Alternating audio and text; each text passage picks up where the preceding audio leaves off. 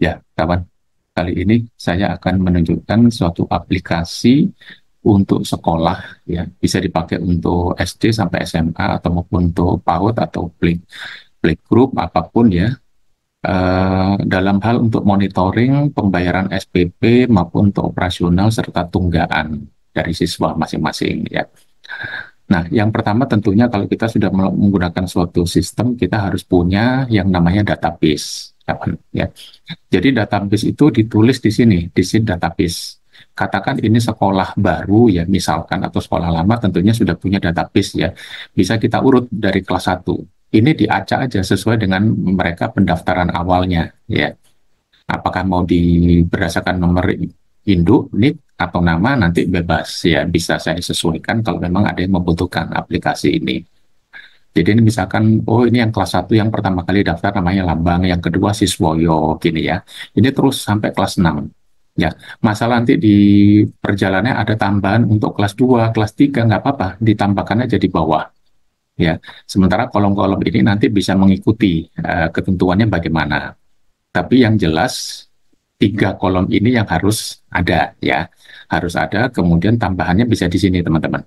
Ya, apa yang pertama. Nah, nanti di kolom paling kiri yang agak samar-samar ini adalah nama-nama database sesuai dengan urut abjad.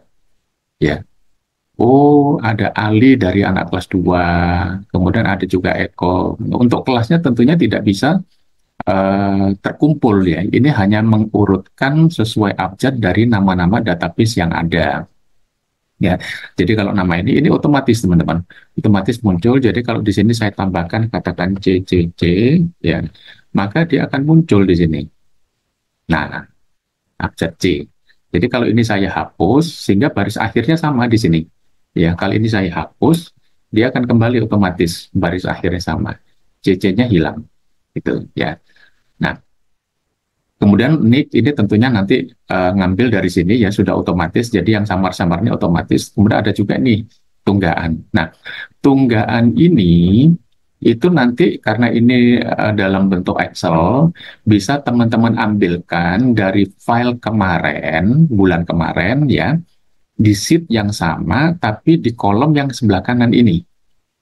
Nah, ini kan sudah pasti udah urut ya, karena pindahan dari file kemarin. Jadi ini tinggal dikopikan file bulan kemarin, kemudian dipastekan ke sini, gitu.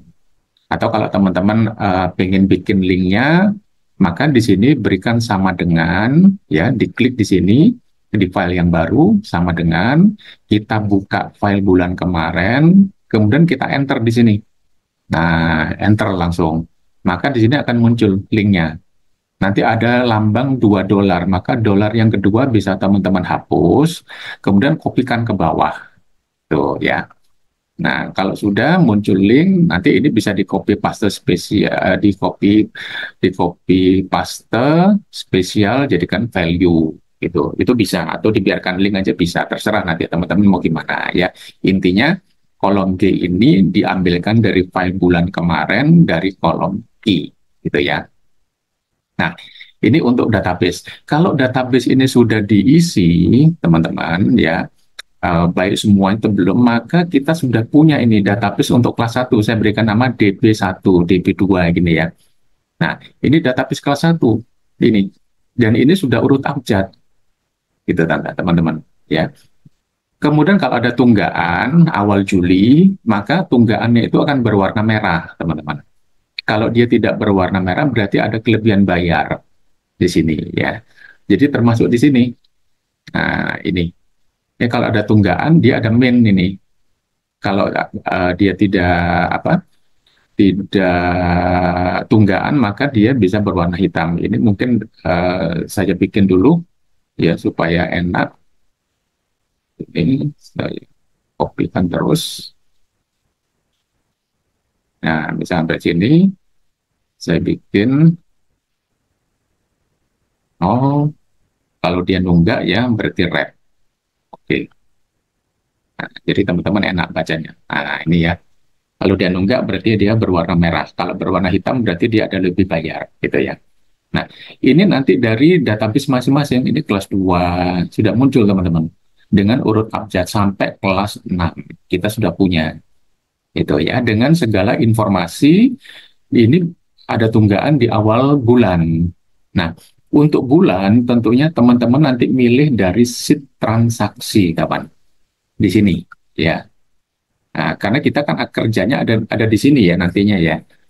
Di sheet database kalau ada tambahan baru, sama untuk sehari-hari kalau ada pembayaran apapun di sini. Sheet transaksi, TRSKS ini maksudnya transaksi. Berarti kita pilih bulan dulu. Kalau kita pilih bulan Juni, misalkan, maka di sini otomatis menyesuaikan sudah. Jadi teman-teman nggak usah merubah headernya. Ini juga Juni, gitu. Termasuk nanti di tempat yang lain, sheet lain, laporan lainnya Juni. Ini juga Juni, ya. Jadi kalau kita rubah lagi kembali bulan Juli, nah maka di sini Juli, ya. Di sini juga semuanya Juli, awal Juli, akhir Juli, laporan-laporan ini, nah gitu ya teman-teman. Jadi setelah kita punya database, ya, database yang kita catat seluruh nama-nama siswa baru maupun lama, berarti kita melihat database per kelasnya di sini, ya, dengan sudah sesuai dengan urut abjad. Nah, untuk transaksi, teman-teman lakukan di sini. Untuk nama nanti tinggal pilih teman-teman. Siapa ini yang, jadi katakan di sini ya, sheet kosong. Nah, nama-nama ini sudah urut abjad. Tinggal teman-teman cari, nanti otomatis kalau namanya sudah ketemu, katakan saya pilih ini ya, Gatot, maka kelasnya dia akan muncul otomatis. Kelasnya, oh Gatot kelas ini, gitu. Ya. Nah, sekarang gimana kalau ada nama yang sama waktu kita daftar di database, misalkan gini ya. Katakan ini, teman-teman bisa lihat ya, ada nama yang sama nggak? Bisa lihat dari kolom B, teman-teman. Ada lambang-lambang, ini beda belakangnya ya. Marina, Mariana belakangnya beda. Ya, jadi, nah sekarang kita bagaimana kalau ada nama yang sama? Contohnya seperti ini, ya, Yuli Budiati. Sekarang saya tulis lagi di sini, Yuli, ini ya, huruf besar ya, Yuli, nah, Budi, katakan sama arti. Kita lihat dari kolom B, teman-teman. Oh, sudah ada dua. Berarti sekarang harus kita berikan identitas 3. Nah, ini kawan. Ya, kalau tidak diberikan identitas, maka nanti dalam pencarian nama Yuli Budiarti, yang kita maksud yang ketiga, maka yang dibaca adalah nama Yuli Budiarti yang ditemukan pertama kali. Jadi kalau ini kita tulis cuman seperti ini, ya, nah, di sini memang muncul ada Yuli Bun, tapi sekarang lihat nicknya, katakan ini saya kasih nick ya, jadi 33. Maka yang ditemukan di sini adalah nick yang pertama kali, nama yang pertama kali. Makanya perlunya kita beri identitas, kawan. Ya, jadi kalau ini tadi Yuli Budiarti, ya, kemudian enter, ya, sorry, kita beli nama Yuli Budiarti, kemudian identitasnya adalah yang ketiga. Jadi yang penulisan secara hurufnya itu sama persis gitu. Nah, kalau kita beri identitas, maka dia akan nicknya akan mencari yang ini, kawan. Gitu, ya. Jadi itu perlunya ada kode unik ya, dimana kalau kita sudah menggunakan sistem apapun, tentunya kita butuh suatu kode unik yang tidak mungkin kembar. Nah, mungkin bisa jadi dari sini nick. Jadi pencariannya nanti teman-teman penulisannya dari nick dulu baru nama. Nanti di sini bisa kita rubah, ya. Kita rubah atau tidak bisa dirubah, tidak dirubah nggak apa-apa. Ini tetap urut abjad berdasarkan nama. Ya, nanti nicknya di sini, gitu. Ya, nah urut abjad berdasarkan nama ini untuk apa? Untuk di sini teman-teman. Pada saat kita transaksi, kita pilihnya enak, gitu loh. Ya.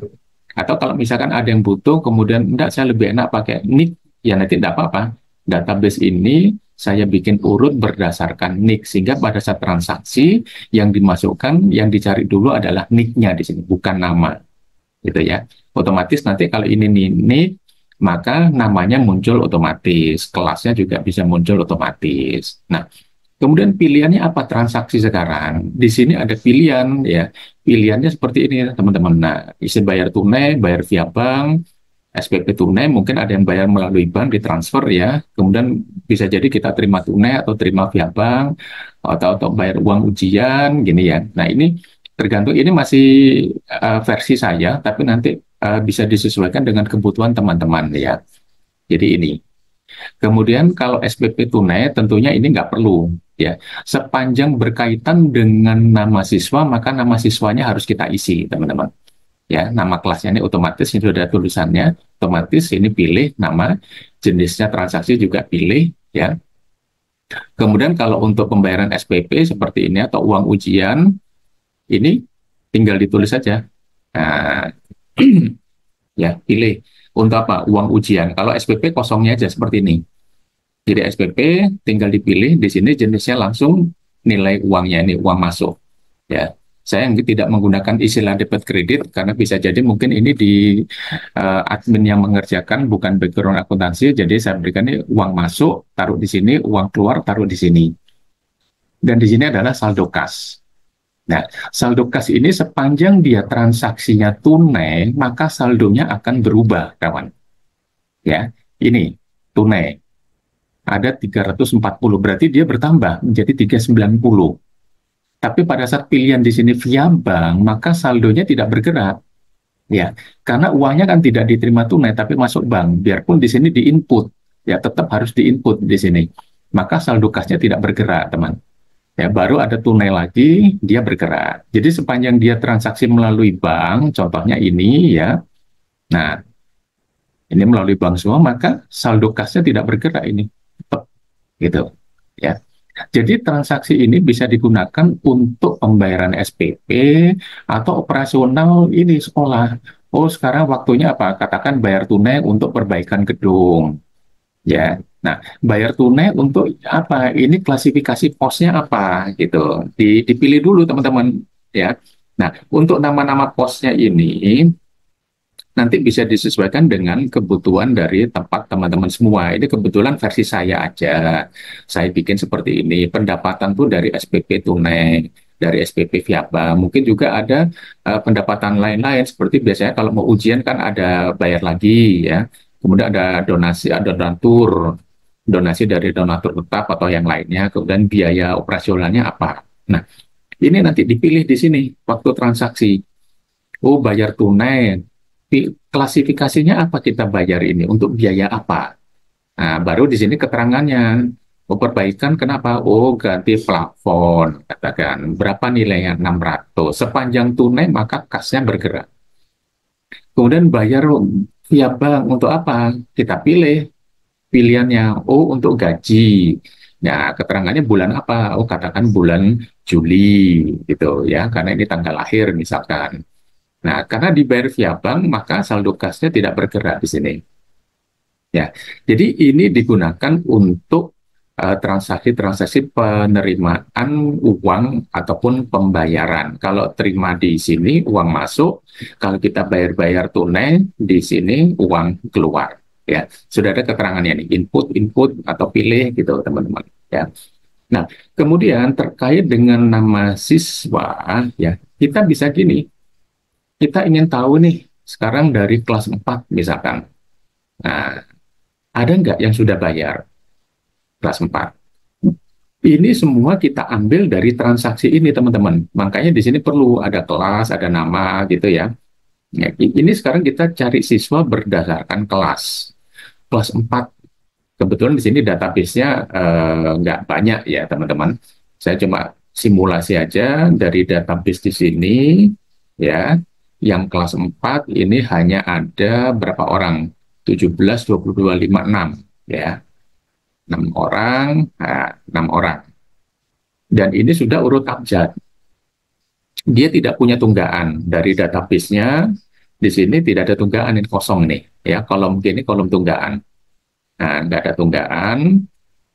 Kewajibannya sekian. SPP untuk bulan ini, SPP yang seharusnya ini dibayar berapa? Sepanjang belum ada pembayaran berarti dia masih ada tunggaan. Ya kan? Ini tunggaan sampai dengan akhir Juli. Nah, ini seharusnya 300 baru dibayar berapa? 100, berarti dia ada tunggaan 200 ya. Kalau di sini tunggaan tidak berwarna merah, teman-teman, ya. Nah, tidak berwarna merah memang. Karena ini tidak ditarik kemana-mana. Ini hanya informasi kalau kita ingin mencari per kelasnya. Katakan saya mau nyari yang kelas 6. Siapa saja yang belum bayar? Oh, ternyata masih banyak yang bayar baru sekali. Kita mau nyari yang kelas 1, tinggal dirubah aja ini per kelas gitu. Nanti ini datanya sudah urut urut abjad dari database di sini gitu. Nah, kemudian kita bisa juga nyari berdasarkan nama teman-teman, nama siswa. Tapi teman-teman tentunya harus pilih dulu kelas berapa yang mau dicari. Katakan kelas 2. Nah, baru di bawah ini kita pilih namanya siapa kelas 2. Oh, misalkan Junet, kita cari. Nah, dia akan muncul di sini, teman-teman. Dia tidak punya tunggaan kelas 2 yang namanya Junet. Kalau nggak yakin, kita lihat dari sini. Kelas 2 yang namanya Junet ini. Tidak ada tunggaan, kosong. Ya, tidak ada tunggaan. Nilai SPP-nya 200. Ya, kok nggak yakin saya, coba lihat lagi database. Nih, Junet, kelas 2 nih SPP-nya. SPP per bulan 200. Ya, nah, dari transaksi dia ada pembayaran. Tapi pembayaran adalah untuk uang ujian, bukan SPP. Berarti dia masih punya tunggaan 200, kawan. Ya, tidak ada tunggaan awal, bulan ini kewajibannya 200, sementara transaksi yang sudah dilakukan bukan bayar SPP, tapi ini keterangannya uang ujian. Kita lihat dari transaksi nih, Junet. Dia untuk bayar uang ujian. Nah, sehingga di sini otomatis muncul sebagai tunggaan masih 200 gitu. Ya, katakan kita pilih lagi. Ini siapa lagi? Kelas 2 ada Junet. Kemudian kita pilih kelas 1 ya, Yudo Prakoso. Katakan kita pilih kelas 1. Ini namanya Yudo Prakoso. Ini. Nah, dia ada 3 transaksi. Ya, di mana 3 transaksi ini yang bayar SPP cuma 2, yang satunya untuk ujian. Dia punya apa? Kalau di sini tidak berwarna merah, berarti dia ada lebih bayar, kawan. Ya, jadi di sheet untuk cari berdasarkan siswa, maka ini sepanjang dia tidak berwarna merah, berarti dia bukan tunggaan, tapi ada lebih bayar. Ada lebih bayar, kewajibannya sekian, berarti dia punya kewajiban berapa? 150, ya kan? Kewajibannya 200, tapi punya simpenan karena ada lebih bayar 150. Ya, kewajibannya. Nah, sekarang sudah dibayar berapa? Ini SPP. Yang untuk ujian tidak kita hitung untuk SPP ya, karena ini kan melihat tunggaan SPP. Sudah dibayar berapa? 460.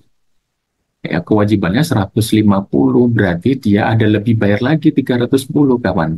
Jadi, teman-teman, jika ada salah satu siswa atau beberapa yang kelebihan bayarnya cukup banyak, kemudian dalam transaksi bulanannya tentunya dia tidak bayar lagi ya, kosong.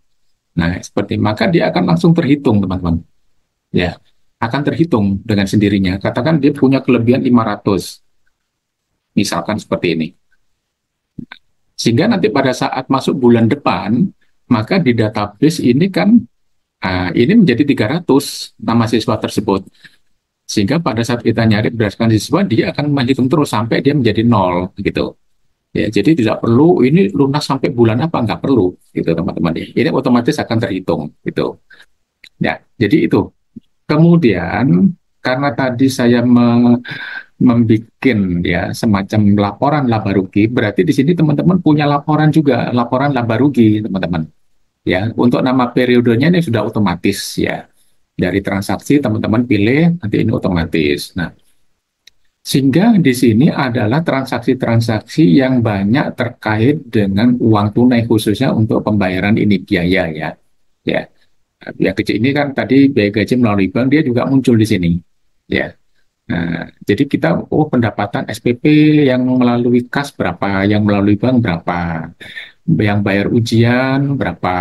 Nah, di sini kita sudah tidak perlu membedakan mana yang tunai, mana yang bank ya. Cuman untuk SPP ini karena utama ini saya bedakan supaya kita tahu rata-rata itu banyak yang melalui bank atau melalui tunai. Untuk biaya-biaya kita tinggal ini dapatkan ini totalnya sehingga kita punya laba rugi untuk bulan berjalan ini berapa.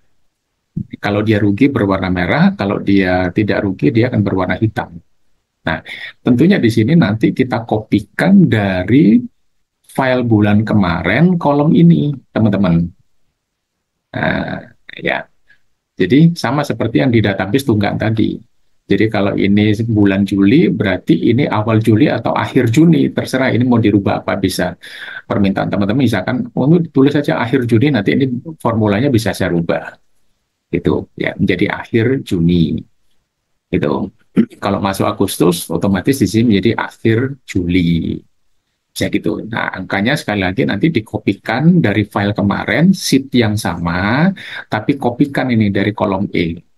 Tentunya nama posnya kan sudah berurutan ya, nanti kopikan taruh sini. Ya. Jadi itu teman-teman aplikasi sekolah yang saya bikin, yang bikin saya tunjukkan. Apabila ada yang perlu, silakan kontak saya. Nomor saya ada di deskripsi. Silakan dipelajari lagi. Terima kasih.